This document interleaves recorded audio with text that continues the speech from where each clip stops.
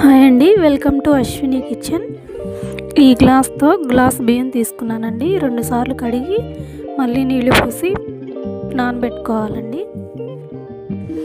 ఇప్పుడు వేరే గిన్నెలో మనం బియ్యం తీసుకున్న గ్లాస్తోనే గ్లాస్ పాలు పోసి కాచి పక్కన పెట్టుకుందామండి.